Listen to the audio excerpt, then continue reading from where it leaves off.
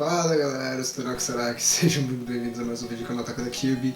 Estamos aqui hoje de novo para falarmos sobre esse anime. Quanto mais,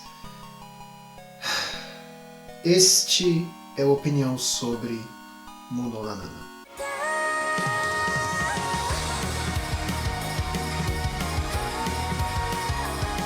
Na verdade, eu vou até falar provavelmente um pouco mais sobre o anime do que eu deveria. Pelo menos quer dizer que isso é meio que uma review da Cube. Então sim, vai ter spoilers. Para começo de conversa, do que se trata Muno na Nana? Muno na Nana, no caso, é um anime que fala sobre uma escola de talentosos, como eles chamam assim nesse mundo, que são seres ou pessoas com poderes especiais. E esses poderes especiais podem variar de qualquer forma. Acaba que esses talentosos, eles vivem nessa escola que fica no meio de uma ilha, para poder serem treinados para mais para frente poderem encarar os tais inimigos da humanidade, que são aparentemente seres que estão planejando dominar o mundo. Porém, no primeiro dia de aula surgem dois alunos novos, que é Kyoya e Nana. Logo no primeiro episódio recebemos o primeiro plot twist, que não foi tão plot twist, se você prestou um pouco atenção na história, que é a questão de que os inimigos da humanidade não existem, mas sim que na verdade aquela escola nada mais é do que um colégio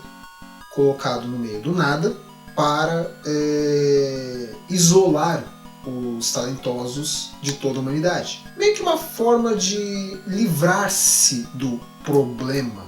E a própria Nana, no caso, é a tal pessoa sem poderes especiais, um membro dos não talentosos, que acabou sendo colocada lá dentro dessa ilha para poder acabar se livrando dos talentosos que moravam por lá. Antes que venham querer falar que eu estou defendendo o anime agora querendo falar que ele foi bom. Não, ele não foi bom. Esse plot twist, de fato, foi criado com esse intuito.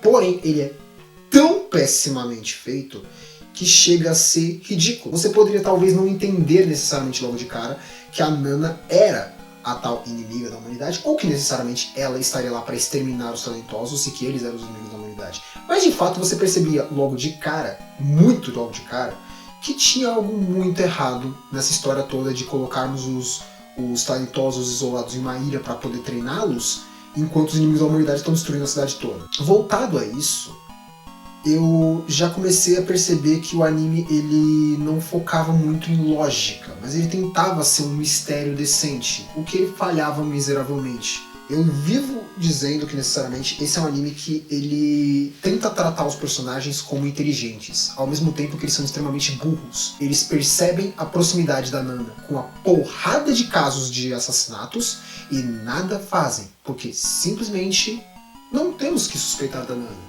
Ela é loli fofa. Por que ela teria alguma coisa a ver com isso? Vamos suspeitar do Kyoya, o cara que está falando um monte de merda. O cara que está necessariamente dando a entender que a Nana tem alguma coisa a ver com isso. O cara que realmente reclama pra caralho dela. Eu admito que esse tipo de pensamento que existia em Muno na Nana me irritava muito. Ela podia simplesmente acabar estando num cenário de um assassinato e ela era a última pessoa que o pessoal suspeitaria. Eu, basicamente, separei aqui uns pontos que eu gostaria de acabar falando. O ponto que eu gostaria de acabar mencionando, por exemplo, é a questão do poder do Kyoya. Porque diferente de todo mundo, ele de fato tenta ser um personagem inteligente. Ele tenta descobrir as coisas de fato. E quando a gente descobre o poder dele, que é a invencibilidade, sim, ele é praticamente invencível, demonstra muito bem que vai ser um páreo duro pra caramba pra Nana conseguir matar. A partir desse ponto, que ele é demonstrado como virtualmente invencível, ele aproveita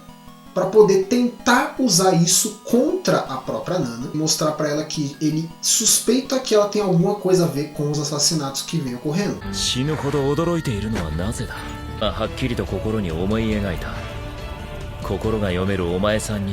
Então esse ponto eu achei bem legal do Kyoya, na verdade foi um ponto que eu curti pra caralho.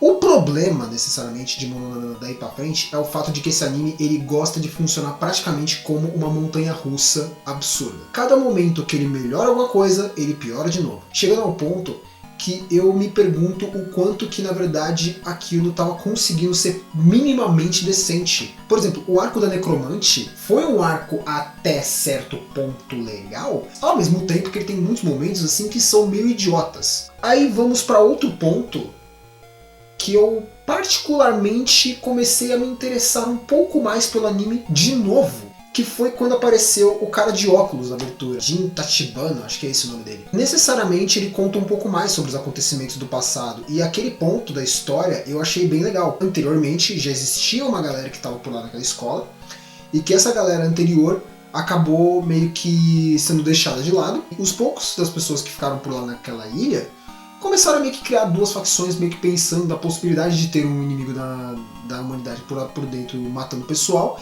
E em meio a isso começou que os dois grupos que acabaram meio que se encarando começaram a simplesmente se matar. E o Jin Tachibana, ele necessariamente era uma das pessoas que tentou fugir durante o abandono dos talentosos na ilha. O problema é que ele chegou à conclusão de que o pessoal que estava por lá não estava planejando levar eles embora ou ajudar eles em algum momento. Na verdade, quando viu que o pessoal estava abandonando eles, ele começou a ver um monte de gente que estava indo lá, tentando fugir, tipo, voando ou coisa do tipo, caso os talentos dele permitissem. E necessariamente essas pessoas que tentavam fugir da ilha dessas formas eram abatidas. E a real mesmo é que o Jin Tachibana, depois quando ele volta para a ilha, ele planeja acabar tentando descobrir um pouco mais o que está acontecendo com isso, porque ele, na verdade, ele não tem problema nenhum com os talentosos, ele também não tem problema nenhum com os humanos, ele só quer entender o porquê que ele foi tratado como um animal para abate. Ele demonstra um pouco da habilidade dele. Ela envenenou ele. Aí você pensa, beleza, ele morreu. Só que não, porque ele pode se transformar em outras pessoas também. Ao mesmo tempo que quando ele se transforma em outras pessoas, ele tem a capacidade de poder utilizar as habilidades dessas pessoas que ele acaba se transformando. 愉快なマジシャンはショーの初めにわざと失敗して観客の傲慢を買うという。先ほど能力者同士における争いには姿形だけでなく能力までコピーできるのか。能力者の数だけ Vale lembrar, acho que no episódio anterior ou alguns episódios anteriores mostrou que o Kyoya ele era invencível até mesmo contra venenos, a um ponto em que ele tinha colocou na boca o líquido que estava numa lente de contato de uma garota que acabou morrendo, que necessariamente ele estava suspeitando que aquilo lá podia ser alguma armadilha, e de fato era. A Nana tinha colocado um veneno para poder acabar fazendo com que o veneno entrasse direto pelo olho dela. Fora ainda que ela acabou planejando uma porra de coisa que, convenhamos, não me agradou nem um pouco. Aquele ponto foi de matar, desculpa. Porque a desgraçada ele faz um plano de acabar fazendo a outra mina, né, que é a amiga da mina que ela tinha matado com a lente de contato, ela tinha mandado a mensagem para ela, só que ela tinha colocado a mão da mina em cima do celular para ficar segurando o botão do enviar. De fato, eu fui testar para ver se isso funciona com o meu celular, e funciona essa merda. Agora, como que a desgraçada pensou que isso poderia funcionar, eu não faço a menor ideia, mas tudo bem. Ela mandou as mensagens, deixou o dedo em cima do celular da mina, para que quando o corpo dela fosse carbonizado, acabaria fazendo com que o dedo parasse de fazer tanta pressão em cima do celular e meio que derretesse ou sumisse. Nesse ponto eu já tava ficando meio bolado com essa arma. Só que quando teve esse momento aí depois do Jin Tachibana mostrando sobre a habilidade dele, eu falei, caralho, o maluco pode se transformar em um monte de gente. E ele pode usar a habilidade deles.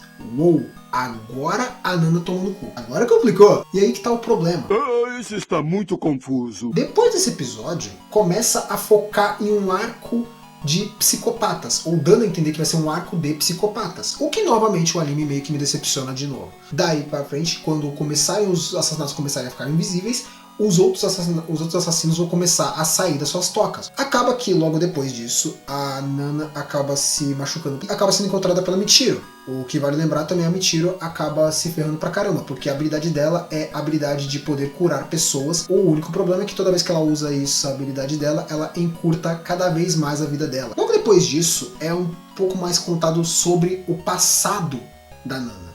Por culpa de um erro dela mesma, os pais dela foram assassinados de forma extremamente brutal. Que ela também era uma garota extremamente desobediente. E uma dessas ela acabou saindo no meio da madrugada para poder acabar de comprar uns negócios lá que ela queria comprar. Acho que era uma revista de um mangá, uma coisa tipo assim que ela tava querendo comprar. Foi lá, comprou e voltou. Só que no que ela voltou, ela esqueceu de fechar a janela. Quando ela desceu na cozinha para poder acabar se encontrando com a família dela, ela simplesmente encontrou o corpo da mãe dela, aparentemente desapareceu, e o pai dela estava decapitado em cima da mesa. Por culpa disso, ela começou a acabar tendo ódio dos talentosos por acreditar que foi por culpa deles que eles acabaram morrendo.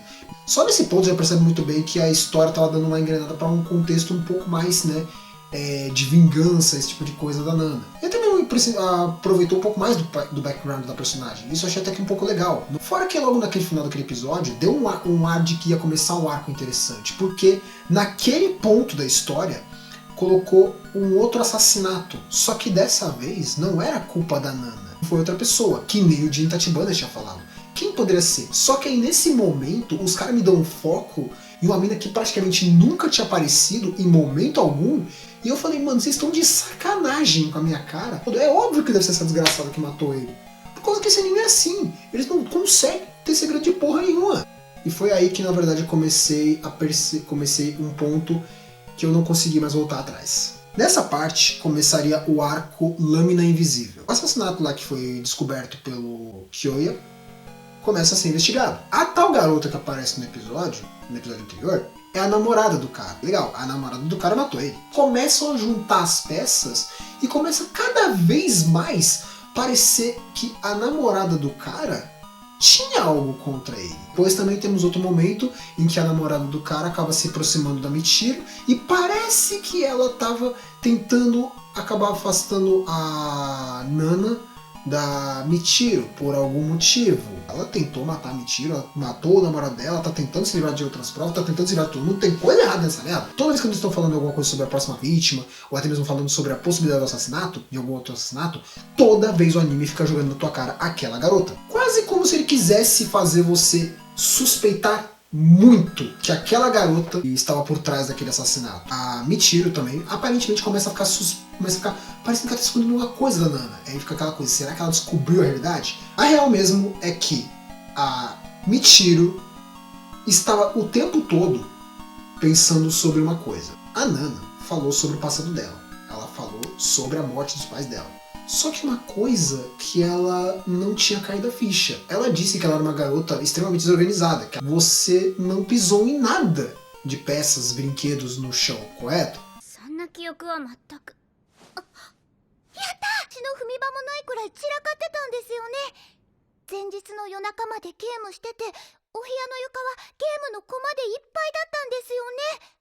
O assassino teria entrado por algum outro local, deixado a janela aberta de propósito, para dar a aparência de que tinha sido por lá que ele entrou, ou por lá que ele saiu, ou qualquer coisa. E isso, a própria Nana chega à conclusão de que, de fato, ela nunca teve nada a ver com aquele assassinato. Que era uma coisa que ela vivia se culpando. Ela achava que tinha sido culpa dela a morte dos pais dela. E aí, nesse ponto da história, a Nana começa a demonstrar muito mais o quanto que ela estava apegada com a Michiru, que já era uma coisa que estava acontecendo há muito tempo. Também é contado um pouco sobre o passado da Michiru e o porquê que ela gosta tanto de ajudar as pessoas. Necessariamente ela tinha uma amiga dela que era uma garota meio bad girl, né, meio malvadona e tudo mais, que necessariamente em um certo dia acabou vendo a Michiru curando o cachorro dela, que estava com a pata machucada. E a Michiru começou a fazer parte do pessoal no hospital para poder conseguir aprender mais como utilizar os poderes dela. Só que aí nisso a amiga dela aparece no hospital com uma frase que, sério, na hora que eu ouvi eu engoli seco, porque não dava, mano.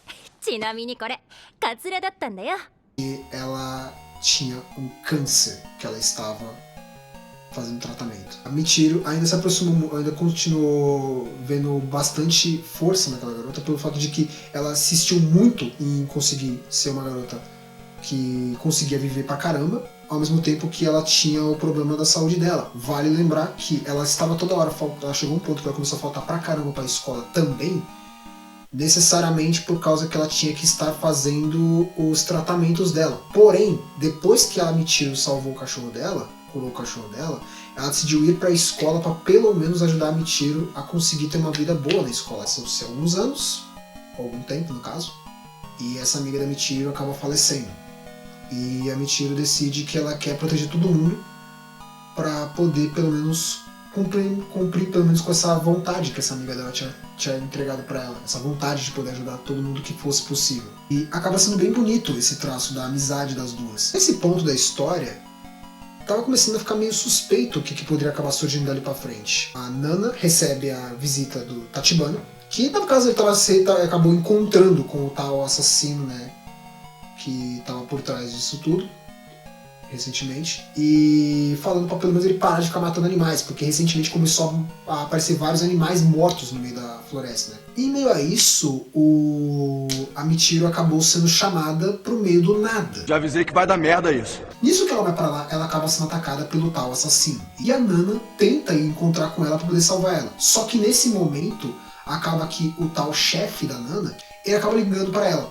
Nesse ponto, a Nana, ela acaba tendo um momento de loucura em que você começa a acreditar que ela, de fato, vai despirocar e falar, dane-se. Nisso, a Michiru acaba encurralada pelo assassino. Ela fala que a Nana vai salvar ela. Só que o assassino começa a falar que a Nana é uma pessoa podre, que a alma dela é podre.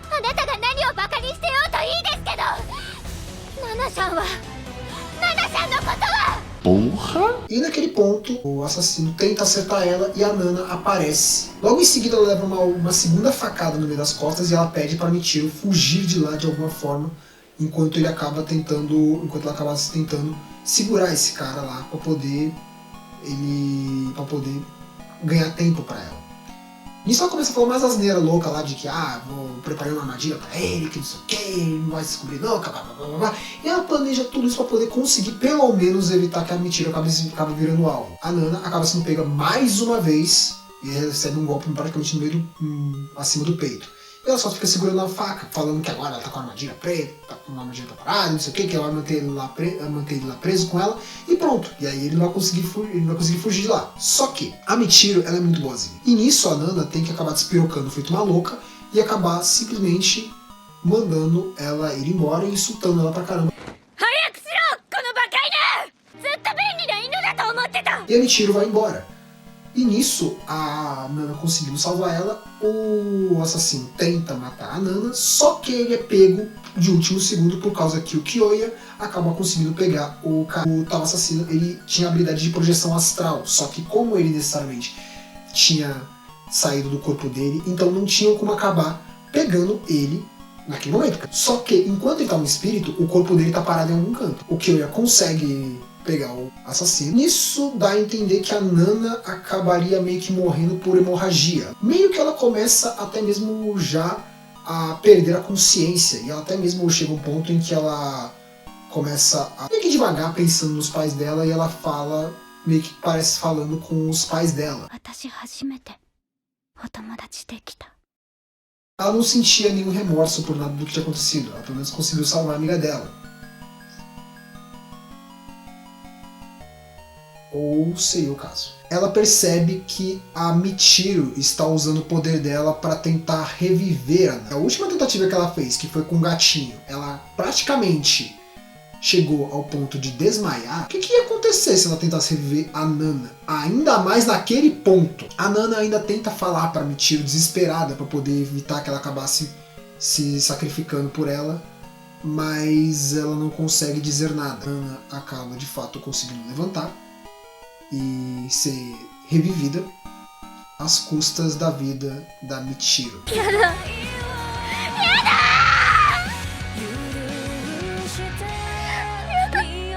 O motivo dessa nota, desse anime, o motivo do porquê a nota foi tão alta, e o motivo do porquê eu coloquei aquilo que eu coloquei nesse negócio é necessariamente por causa dessa cena final. Eu simplesmente não consegui tancar essa cena final de forma alguma. Sério, Bakemono to Yobarete, que no caso é o encerramento de Mononoke, tem uma tradução muito bonita. Uma temática assim de dar a entender que ela seria de uma pessoa que cometeu absurdos crimes, mas ela reconhece atualmente tudo aquilo que ela causou e ela sente remorso por tudo aquilo que ela causou, pelas pessoas que ela machucou e por tudo aquilo que ela fez. Se você pegar bem assim como que ficou as cenas do encerramento, é quase como se fosse, na verdade, o encerramento tivesse que você acabar assistindo logo depois de todo o acontecimento do anime. E se você chegou a ver o final, você entende o que eu quero dizer com isso. Quando você tira a base de tudo que tinha acontecido antes, você pode associar talvez a todas as mortes que ela causou, tipo, dando a entender que ela finalmente percebeu que todos eles eram inocentes. mas muito provavelmente pode querer dizer muito mais associado à própria morte da própria Michiru. E esse encerramento realmente sempre me pegou muito, velho. Me pegou muito, porque eu gosto desse tipo de música e eu gostei muito desse encerramento. Bakemono no Tou Yobarete é uma das poucas coisas que eu assim, elogiava de Mononana desde o primeiro episódio. Como se isso já não fosse o suficiente, nos últimos episódios estava muito difícil de não acabar ficando emotivo com esse encerramento. Só que o encerramento do último episódio, com a Michiru morrendo, salvando a Nana, depois mostrando a Nana encontrando o corpo da Michiru já sem vida, desesperada, e logo depois começando a mostrar os momentos das duas juntas enquanto tocavam o encerramento do Bakemono no Tou Yobarete, cara, foi demais. Ali não. O pessoal me pergunta assim, qual foi o anime que mais te fez chorar? Eu acho que nem One Piece conseguiu me fazer ficar tão emotivo quanto esse último encerramento de Mononana. Eu terminei o episódio, o encerramento, eu tava chorando pra caralho, porque não dava. Muito triste. Mononana é um anime que pra mim merece uma nota 8. Não por seu desenvolvimento no completo, sim por seus últimos episódios que conseguiram compensar muito pouco do que foi o início, mas que conseguiu pelo menos me deixar bem emotivo e me deixar bem curioso do que pode acabar vindo daí pra frente. Mononana não é um anime bom. Por que eu dei uma nota 8 e não um 6, um 5, se o anime realmente era tão podre assim? Simplesmente por causa que perto do final e alguns outros momentos do anime, ele conseguia ser um pouco decente e até mesmo intrigante. E o último arco, o Lâmina Invisível, ele de fato é absurdamente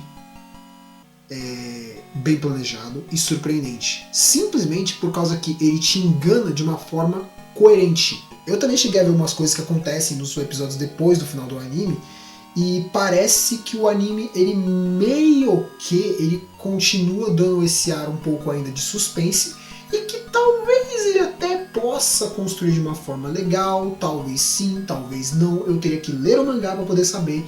E também vale lembrar que Mononana provavelmente poderia acabar tendo uma segunda temporada. Talvez. Você pode falar que o anime é uma merda, eu concordo que o anime é uma merda. Ele tem muitos problemas, sinceramente ele tem inúmeros problemas. Só que o final compensa.